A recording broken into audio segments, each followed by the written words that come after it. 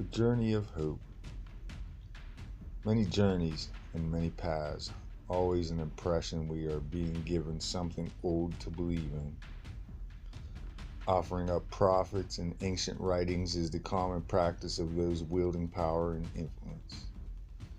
The wisest will study it all and be left with empty knowledge that serves as impressions given by Pharaoh. Escape to Hobgoblin Hollow. Let us find that which causes to become. Let us lift the veil of illusory produced by wizards and priests of the various pharaonic orders and temples. The most ancient understanding of self in relation to our own being is an open secret. The spiritual self manifests as this temple being. Flesh and spirit has given itself this ability to ignore the awesome nature of our own awareness. This ignorance limits us when the addictive bliss of despair takes foot within our collective trove of impressions that determine our current condition. At Hobgoblin Hollow, the condition is treated with hope.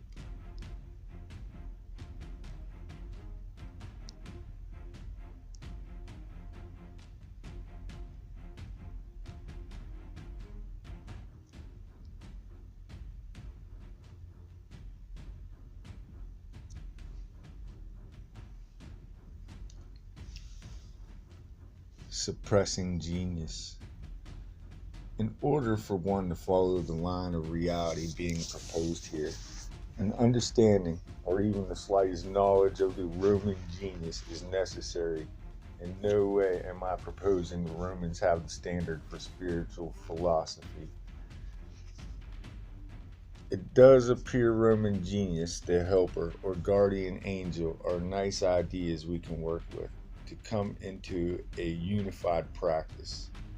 This unified practice we will call hope. For now, we will practice hope.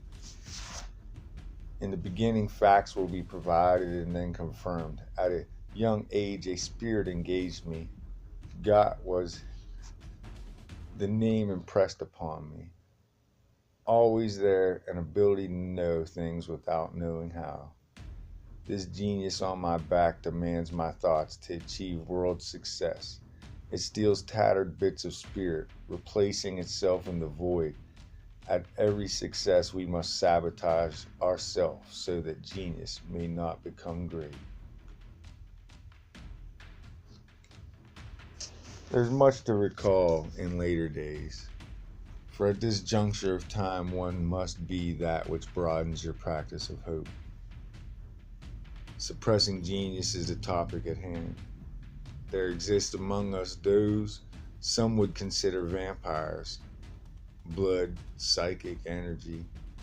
It is all energy vampirism. When a spirit or genie enters you, they want it all. One way to suppress this genie within is to link with a literal manifest vampirical descendant, or to a person with multiple possessions.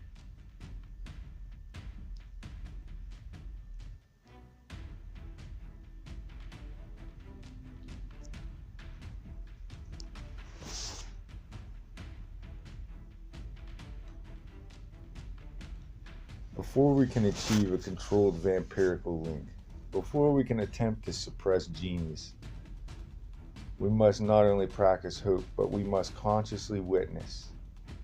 Conscious witnessing is a gift from the source of everything that allows us to see all conditioning and attachments that limit our spiritual growth. In a way, this genie is our ego. This spirit is absolutely separate from your spirit.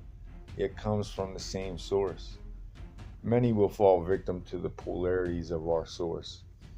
One open secret is that each perspective of the polarity believes the other evil and they are righteous. All fall short of the glory that is all being.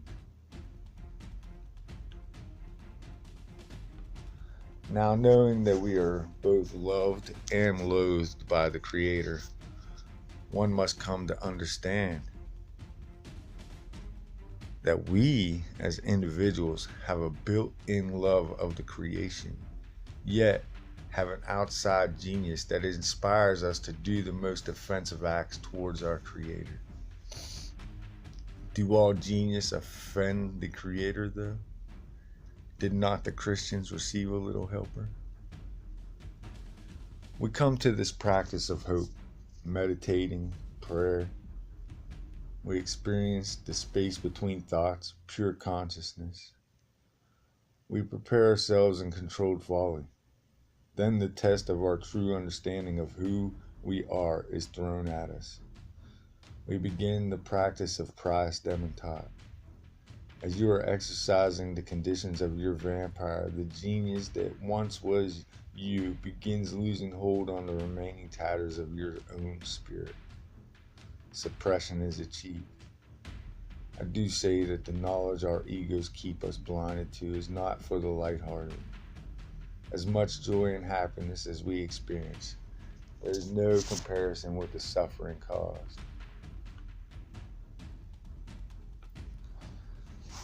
As time continues,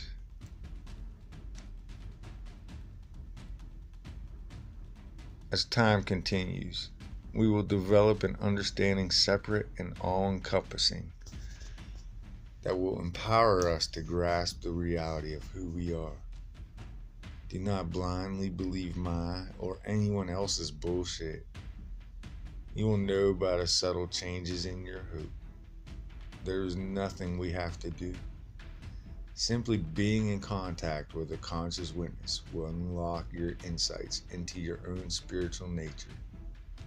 Fortunately, we are in contact with a conscious witness that gracefully shares spiritual power with us from an ancient lineage of conscious witnesses. As we continue with this mastery of conscious witnessing, we come to know more of the things being revealed here. New insights will be revealed as we progress. At times we will go back and rewatch a video and receive an entirely different understanding of what is going on within us. I have a hope, a spiritual desire to love everything as is, with no need to label anything or anyone, even to go as far as not recognizing conscious beings as being separate from that which causes to become.